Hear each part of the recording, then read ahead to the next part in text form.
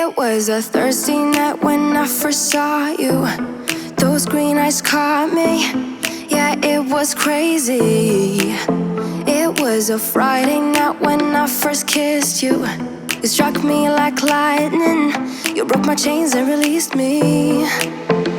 And days turned into nights on the couch in your apartment. No, I am not the same. Everything has changed. Every day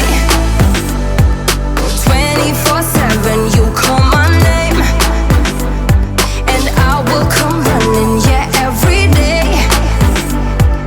24/7, yeah, every day I will come running, babe.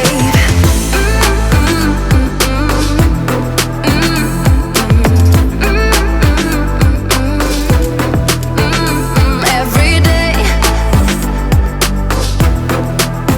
yeah, every day, babe. Used to be scared of letting someone get close without the filters, but you see the real me. Since I let you in under my skin, I'm more free than I have ever been. You broke my chains and released me. And days turned into nights on the couch in your apartment. No, I am not the same. Everything has changed. Every day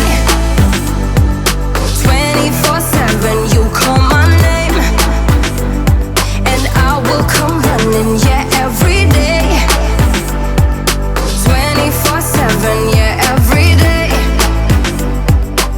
I will come running, babe.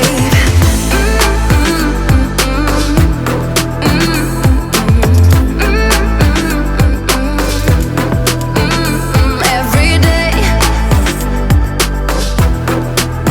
yeah, every day, babe.